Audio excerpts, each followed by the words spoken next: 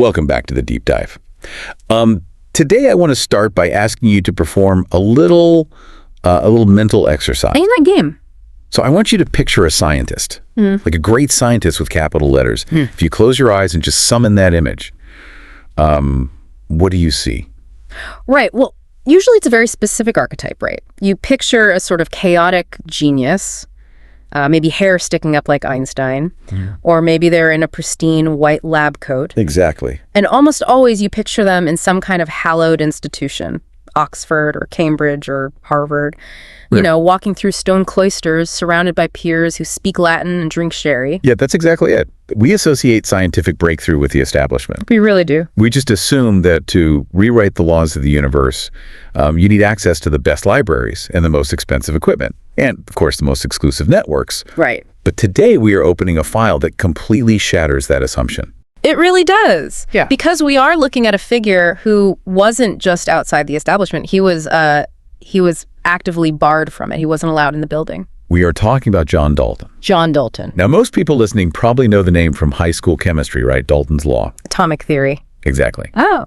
You might picture a dusty old portrait of a guy in wire-rimmed glasses. But the story underneath that portrait is, it's arguably one of the most unlikely success stories in the history of human thought. It truly is. It's the story of a poor weaver's son, a religious outcast, a man who without a university degree or a government grant managed to weigh the invisible building blocks of reality. And that is our mission for this deep dive today. We aren't just reciting a biography here. We want to understand how a marginalized kid from the 18th century developed the intellectual tools to see what literally no one else could see. Yeah. We're working from a comprehensive biographical account of his life. It covers his birth in 1766 all the way through to his death in 1844. Right. And we're going to cover the poverty, the religious context, his total obsession with weather, and of course the science. And I think the best place to start isn't actually with the science, it's with the setting. Because you really cannot understand John Dalton without understanding where he came from. Right.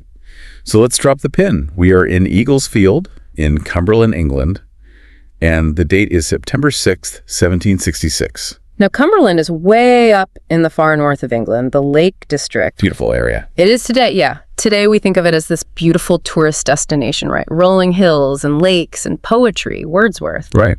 But in 1766, for a working class family, this was a hard, rugged place. It was wet, it was cold, and it was incredibly isolated. And John Dalton is born into a family that the source specifically describes as poor. Yes. His father was Joseph Dalton, who was a weaver, and his mother was Deborah Greenup. I want to pause on the profession of weaver for a moment. Sure. Because in the modern imagination, weaving sounds kind of like a quaint artisanal hobby. You know, something you buy on Etsy. Right, like a craft. Exactly. But in the 18th century, this wasn't a hobby. Not at all. Before the full-scale industrial factories took over, weaving was a cottage industry. It was grueling, repetitive manual labor. Yeah. You sat at a large, heavy loom in your own home, usually in pretty dim light. And you're just throwing the shuttle back and forth hour after hour, day after day. And the economics of it were brutal, from what the source implies. Extremely brutal. You were paid by the piece. If the demand for cloth dropped, you didn't eat. Wow. If you got sick and couldn't work the loom, you didn't eat. The source explicitly calls Joseph a poor weaver, which implies they were living right on the edge of subsistence. So there's no safety net? None. Yeah. This isn't a family with a massive library or a study. This is a family entirely focused on survival. So John is born into real poverty. But there is another layer to his identity that the source points out. And it's arguably even more defining than his economic status. Than a religion. Yes, the family was Quakers. And this is the thread that runs through his entire life, the Quakers, or the Religious Society of Friends. We know them today for, oatmeal and pacifism mostly. Right, but in the 1700s, being a Quaker was a radical political act. Really? It was. The source notes their ideology was derived from a New Testament verse emphasizing a direct relationship with God. They valued simplicity and truth. They didn't have priests or grand rituals. Which sounds nice. It does. But in the context of the British legal system at the time, being a Quaker placed you in a very specific legal category. You were called a dissenter. Let's unpack that word, dissenter, because it sounds rebellious. It was a strict legal definition provided in the text. A dissenter was a member of an organization opposing the Church of England. And the Church of England was everything. Exactly. The Church of England was the state religion. It was basically the government at prayer. If you were not a member of the Church of England, so if you were a Quaker or a Methodist or a Baptist, you were officially dissenting from the state. And the state did not like that. Not one bit. The source mentions a massive consequence of this status. And this is the big barrier we alluded to in the intro. Universities. Yes. The laws in England effectively barred dissenters from attending Oxford or Cambridge. Which were the only real game in town. Right. You had to officially subscribe to the Articles of the Church of England to graduate. You had to take a religious test. So for young John Dalton, the doors to higher education were legally bolted shut from the day he was born. Completely shut. I want to just linger on the psychological impact of that for a second. Imagine you're a kid who is clearly brilliant. Hmm? And we'll see evidence of just how brilliant he was in a minute. Oh, yeah. You have this massive hunger for knowledge, but society tells you flat out, no, you aren't allowed in the library. You aren't allowed in the lecture hall. You aren't one of us. It's a major fork in the road for a person's development. How so? Well, for many people, that kind of exclusion creates bitterness, or they just resign themselves to their fate. But for Dalton, and honestly for many dissenters of that era, it created a ferocious self-reliance. Because they had no other choice. Exactly. If the establishment won't teach you, you have to teach yourself. You become an autodidact by necessity. It forces you to question authority, doesn't it? I mean, if the so-called authorities are the ones locking you out, you're probably less likely to blindly accept their scientific theories too. That's a profound point. There is a famous phrase, nullius in verba. It means take nobody's word for it. Okay. It's the motto of the Royal Society. But Dalton actually lived it because he had to. He couldn't rely on some Oxford professor to tell him how the world worked. He had to go out and look at the world with his own eyes. And he started looking very early, because the source provides a detail about his teenage years that is frankly just baffling to me.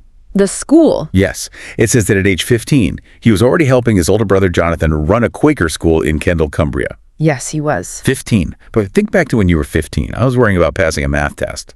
Dalton's out there running a school. It really speaks to the insulation of that dissenter community. Because they couldn't send their children to the state schools, they had to build their own parallel system. They needed teachers. And if you had an incredibly bright boy like John Dalton, you put him to work. But imagine the pressure of that. He's standing at the front of a room teaching math or Latin to students who might be older than him. It must have been incredibly demanding. But think about what that does to a mind. Teaching is famously the best way to learn. Oh, for sure. If you have to explain a complex concept to a room full of your peers, you have to understand it inside and out. You cannot fake it. So by age 15, Dalton is already refining his ability to communicate complex ideas. He's organizing his thoughts. Exactly. So he's in Kendal. He's a teenager with the heavy responsibilities of an adult. And this is where he picks up a habit that I think is the key to everything that follows. Section 2 of our outline calls him the obsessive observer. Yes, his meteorology. The weather. And now living in the UK, talking about the weather is basically a national sport. But Dalton wasn't just making small talk, was he? No, not at all. The source says he began a meteorological diary in 1787. So he was roughly 21 years old. Right, and he didn't just do it for a year. He didn't just do it until he got bored and picked up a new hobby. How long did he actually keep this diary? For 57 years. 57 years. Until the day he died.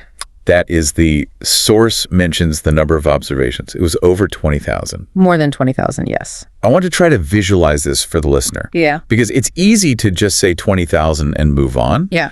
But think about the sheer discipline, the universal assiduity required for that. It's an unbelievable grind. Every single day. Yeah. Multiple times a day. Morning, noon, and night. He's out there checking the thermometer. He's checking the barometer. He's measuring the rainfall in a gauge. He's looking at the wind direction. And remember, he didn't have digital sensors sending data to his phone. No, he had to physically walk out to the instruments, read the mercury levels, and write it down in a notebook with a quill pen. And he's doing this in the Lake District, which is notoriously wet and windy and miserable half the year. Yeah. So he's trudging out in the mud and the snow when he's sick, when he's exhausted. That's the universal assiduity he talked about. But I think we really need to ask the deeper question here. Why? Right. Why was he doing this? Was he just a quirky guy who liked watching rainfall? That is the big question. Yeah. Because on the surface, counting rainy days seems like just a weird hobby. But you're saying it's more than that. It is the absolute foundation of his atomic theory. Really? The weather. Yes. You see, Dalton wasn't just watching the weather. He was measuring the atmosphere. He was measuring the physical weight of the air. That's what barometric pressure is. Okay. He was measuring how water vapor mixes with dry air. So he was treating the entire sky like his own personal laboratory. Precisely.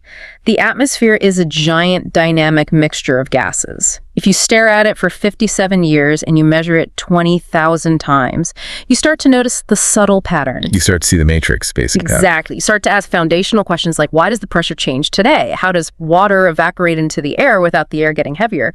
Is air just one solid thing, or is it a mixture of different things? So this weather diary wasn't distinct from his physics. This was his physics. It was the raw data set that allowed him to build his model of the universe.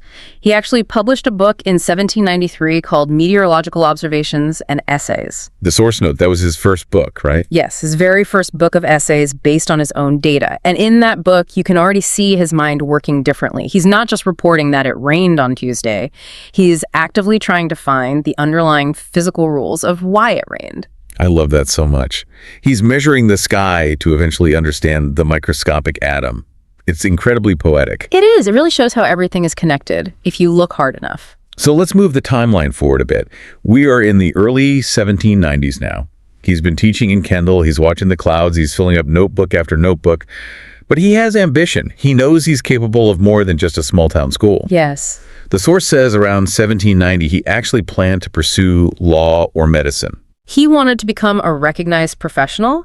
He wanted the intellectual stimulation, the stability, and frankly, the status that came with being a lawyer or a doctor. But we run into that wall again, don't we? The dissenter wall, yes. Yeah. The source is very clear here. He was blocked due to his religious status. It's just so frustrating. You could not get the necessary credentials for law or medicine without attending the universities that he was legally banned from. It's maddening.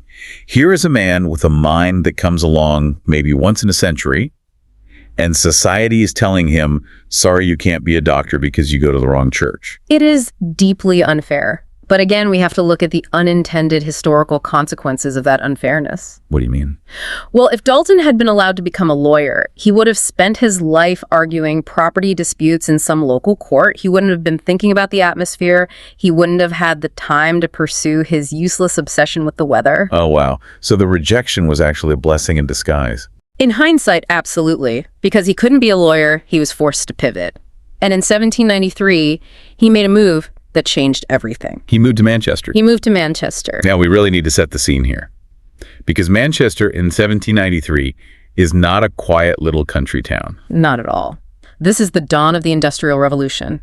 Manchester is the shock city of the age. Shock city. It's exploding with growth. It's loud. It's dirty. There is coal smoke everywhere. Factories are springing up on every corner. But intellectually, it is incredibly vibrant. It's like the Silicon Valley of the 18th century. Exactly. It is the center of practical, applied scientific thought in England. And because it was a new, rapidly growing city, it was also a haven for dissenters. Yes. It was far away from the traditional grip of the old establishment down south. And Dalton manages to get a job at a place called the New College. I love that name. New College. It sounds very intentional. It was very intentional. It was a dissenting academy. These were the parallel universities built for the outcasts. Since they couldn't go to Oxford, they built their own institutions. And often the education at these academies was actually better than at Oxford because it was modern. How so? They taught actual science. They taught business and modern languages. They weren't just sitting around translating ancient Greek texts. So Dalton is appointed as a teacher of mathematics and natural philosophy at the New College. And this is where he really starts to blossom as a thinker. The source highlights the sheer diversity of his work here. He was a true polymath. We've talked about his weather logs, we've talked about his math teaching, but then in 1794, he throws us a total curveball. He does. He publishes a paper titled Extraordinary Facts Relating to the Vision of Colors. This is such a fascinating detour in his career. He's suddenly studying color vision. He is studying his own color vision. Really? Yes. The source mentions this paper as one of the earliest scientific works on the color perception of the eye. Now, it's widely known today that Dalton was colorblind. I had no idea. Oh, yes. In fact, in many languages around the world today, French, Spanish, Russian, the actual medical word for colorblindness is Daltonism. Wait, really? His name literally became the noun for the condition. Yes, because he was the first person in history to rigorously scientifically describe it. I want to just pause on the significance of that for a second. He's walking around seeing the world completely differently than everyone else. Maybe he thinks the grass is red or that a pink flower is blue. Right. Most people in the 18th century would probably just keep that to themselves. They'd assume they were just wrong or that there was something broken in them and they'd hide it. Most people would, but Dalton doesn't hide it. He investigates it. Of course he does. He notices that he and his brother see colors differently than their mother does, so he sets up tests. He analyzes the data. He writes a detailed paper about it. It's that same obsessive observer trait we saw with the weather. He basically treats his own eyeballs as a flawed scientific instrument. Exactly. My eyes are providing anomalous data. I must publish my findings. That's exactly his mindset. It shows his total unwavering commitment to the truth, even when the subject is deeply personal. And then, just to prove he can do literally anything, the source points out that in 1801, he publishes something completely different. Elements of English grammar. A grammar book. Yes. So we have a meteorologist, a physicist, a vision scientist, and now a grammarian. Is his mind just jumping all over the place, or is there a connecting thread here? There is absolutely a connecting thread. If you think about what grammar actually is, Okay. it's not just spelling words correctly. Grammar is the fundamental structure of language. It's the set of underlying rules that governs how individual parts fit together to create a larger meaning. I see where you're going with this. Dalton was a man who believed in ultimate order. He believed the universe was not a random, chaotic mess, but a highly structured system governed by simple rules. Right. So whether he was looking at a sentence in a book or a cloud in the sky or a ray of light entering his eye, he was always looking for the underlying syntax. He wanted to find the base rules of the game. He's a decoder. He is a master decoder, and that relentless search for the ultimate code leads him directly to his most famous discovery, the physics of air. Which brings us to section 4 of our outline. This is where we get into the heavy-hitting science, Yeah. but we're going to keep it totally accessible for everyone listening. We are. So the year is 1800. He gives a major oral presentation called Experimental Essays. The source notes that this presentation dealt with the nature and chemical makeup of air in relation to atmospheric pressure. This feels like a major shift. He's going from passive observation, like watching the rain, to active experimentation, like messing with gases in sealed jars. It is a massive shift. He's moving from the open field into the controlled lab. And from this work in 1801, he publishes what we now call Dalton's Law. And then in 1803, he expands that into Dalton's law of partial pressures. Yes. Okay, partial pressures. This is one of those terms that makes a lot of people's eyes just glaze over instantly. It sounds intimidating. It does. But the source emphasizes it as a crucial milestone. Yeah. So we really need to understand it. What is the core concept of partial pressures? The core concept is independence. Independence. Before Dalton did these experiments, the prevailing scientific theory was that air was basically a chemical solvent. What does that mean? Scientists thought that when you mixed oxygen and nitrogen and water vapor in the atmosphere, they chemically bonded together. Or they thought the water dissolved into the air the way sugar dissolves into hot tea. Okay, so they thought air was like a soup, a blended smoothie of different gases. Exactly, a perfectly blended smoothie. But Dalton did experiments with thermal expansion, looking at how gases react to heating and cooling when they expand and compress. Right. And he proved the smoothie theory was completely wrong. He showed that in a mixture of gases, every single gas behaves as if it is the only one in the container. That is hard to picture. Can you give us an analogy to make that concrete? Sure. Imagine a massive empty gymnasium, and you fill it with 100 people who are blindfolded and just walking in straight lines. They represent the oxygen. Okay, so they're walking around and bumping into the walls, creating pressure. Yes. Now you add 100 more people to the same gym, but these new people are, let's say they're ghosts. They represent nitrogen. Just got it. They also walk in straight lines and bump into the walls. But, and this is the crucial part, the normal people and the ghosts do not interact with each other at all. They pass right through one another. So the total pressure on the gym walls increases because there are twice as many things hitting the walls. Yeah. But the oxygen people have no idea the nitrogen ghosts are even there. Exactly. They are entirely independent. The total pressure of the room is just the sum of the individual or partial pressures of each gas. Okay, I get the concept. Yeah. But why was this so controversial at the time? Why did it matter so much? It mattered because it destroyed the fluid smoothie theory. If gases act completely independently of each other, it means they cannot be a continuous fluid substance. They have to be made of individual, discrete physical particles. They have to be little solid bullets flying around empty space. I see. So the concept of partial pressures is the direct evidence that leads him to the particle. Yes. It is the realization that matter is not smooth, it is grainy, it is made of discrete bits. And if it's made of bits... Exactly. Dalton started to wonder, are all the bits the same size? Do they have the exact same weight? Which perfectly sets up Section 5, the atomic theory breakthrough.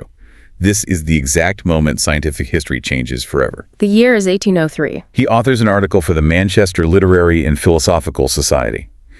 And in this article, he includes a chart. The source specifically mentions a chart on atomic weights. And I cannot overstate this. This is one of the most important documents in the history of science. To a layman, it sounds so boring, a chart of weights. I know. But explain to us what we are actually looking at when we look at this 1803 chart. We are looking at the very first time a human being quantified the invisible. Before Dalton, the idea of atoms was just a philosophical concept. The ancient Greeks talked about them, sure. Right, Democritus. Exactly.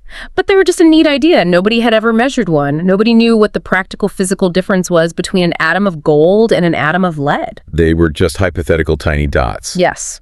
And Dalton put a hard number on them. He said, let's assume hydrogen is the lightest thing in the universe. Let's give it a base weight of 1. Okay. Then he measured how hydrogen reacts with oxygen in the lab.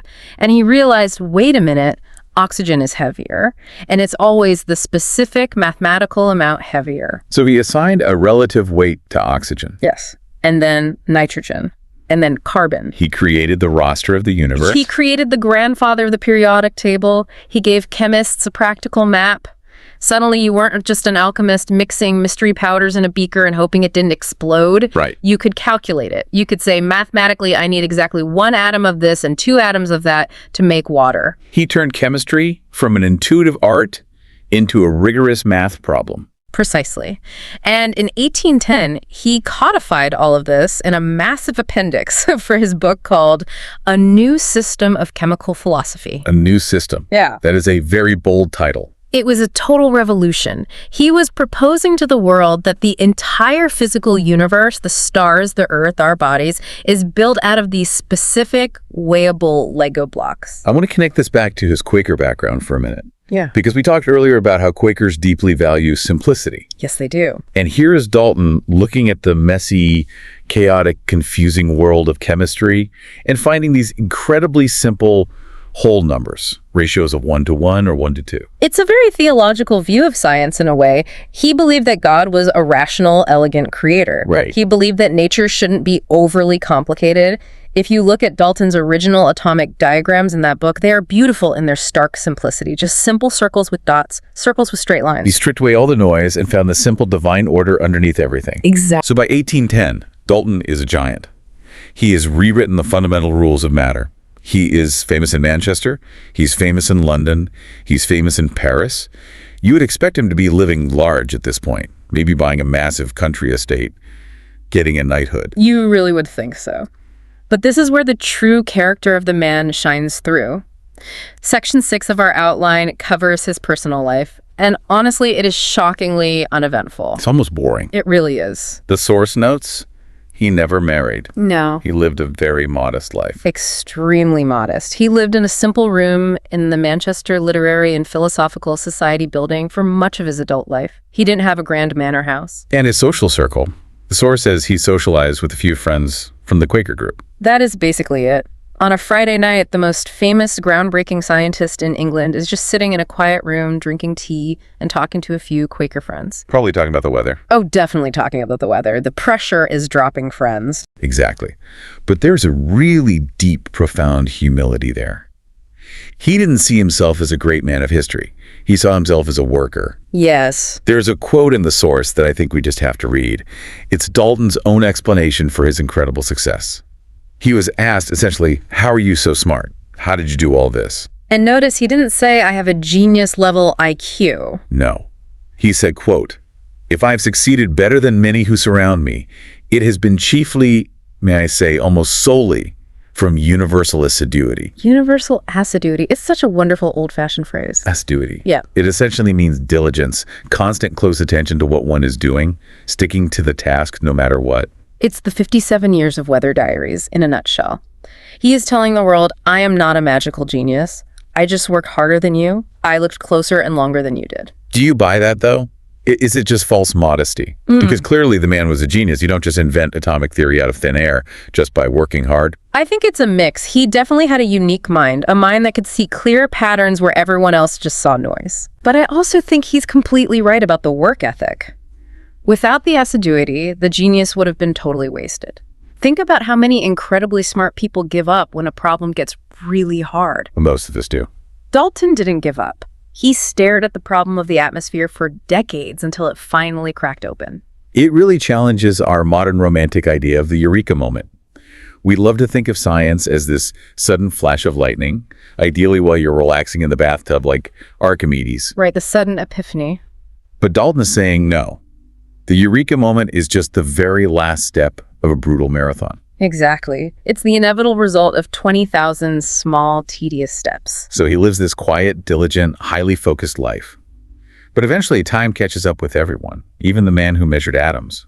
Section 7 covers his final years, and it's honestly a bit of a sad decline. It is. The body fails eventually, even if the mind is still infinitely curious. The source notes that in 1837 he suffered his first stroke. He would have been in his early 70s by then. Yes. And then the following year, in 1838, a second stroke. And the source mentions a very specific and tragic consequence of this second one. It left him with a severe speech impediment. That just feels uniquely cruel. Here's a man who spent his entire life communicating. He was teaching in the school since he was 15 years old. He lectured all over. He wrote books on English grammar. And now he physically loses his voice. It's heartbreaking. It really signals the winding down of his era, but the stubbornness, that assiduity, it never left him. He kept working. He kept trying to record his weather observations every single day, even when his hand was shaking too much to write clearly. In the end, when it finally comes, is incredibly poignant. It is. It's 1844. He is 77 years old. He suffers a third stroke. And the source gives us this very specific final imagery. He fell from his bed. And he was found by his attendant. An attendant who had simply come into the room to serve him his morning tea. There is something so perfectly British and perfectly humble about that final scene. The tea, the quiet room, the simple daily routine. And in the middle of it, the father of modern chemistry just quietly stops. No massive explosion in a lab, no grand final speech to an audience, just silence. And, I strongly suspect if we checked his notebook, the very last entry was probably just the weather from the night before. He observed until the very last possible moment. He really did. So we've walked through the entire file. We've gone from the poor weaver's damp cottage in Cumberland to the groundbreaking atomic charts in Manchester. We've seen the societal barriers and we've seen the intellectual breakthroughs. When you step back and look at this whole story, what is the biggest takeaway for you? For me, it's really about the power of the outsider advantage. The outsider advantage. Yeah. We spend so much of our lives trying to get in. We want to get into the right university, get the right prestigious job, join the right exclusive club. Because we think that's where the power is. Right. But Dalton's story strongly suggests that being the dissenter, being the poor kid, being the one legally barred from the library, can actually be a massive superpower. Because you aren't indoctrinated by the system. Exactly. Because you aren't rigorously taught the correct way to think by the establishment, you are completely free to think the right way. Wow. If Dalton had been allowed to go to Cambridge, he would have been taught the established fluid theories of the time by the best professors in the world. He probably would have been a very good, very conventional scientist. He would have believed in the smoothie. He would have believed in the smoothie. But because he was locked out, he had to build his own science entirely from scratch out in the rain. And that forced independence allowed him to see what all the comfortable experts completely missed. It's such a powerful idea that the massive unfair obstacles in your path might actually be the exact things that force you to find a completely new and better path. The obstacle literally becomes the way. And I just can't stop thinking about that word assiduity. It is definitely the lesson for our current time. We live in a world of pure instant gratification now. We want to just Google the answer in 2 seconds. We want the life hack. We want the 10 simple tricks to master quantum physics video on YouTube. We want the grand atomic theory without having to write the 57 years of boring weather diary. Exactly. We want the fruit without having to plant the tree. And John Dalton is a stark reminder that some truths, maybe the most important foundational truths of all, only reveal themselves to people who are willing to just sit there and quietly watch. To just count the rain. To count the rain 20,000 times. It's a deeply provocative question to leave our listeners with today. It is. In your own life, what is the thing you are actually willing to observe 20,000 times? What is the hard, tedious problem you are willing to stick with for 57 years? Because wherever that is probably where your biggest breakthrough is hiding. That is definitely a profound thought to mull over. We're going to officially close the file on John Dalton there, the poor weaver's son who weighed the universe. Thank you so much for listening to The Deep Dive. Thank you. We'll see you next time. Stay curious.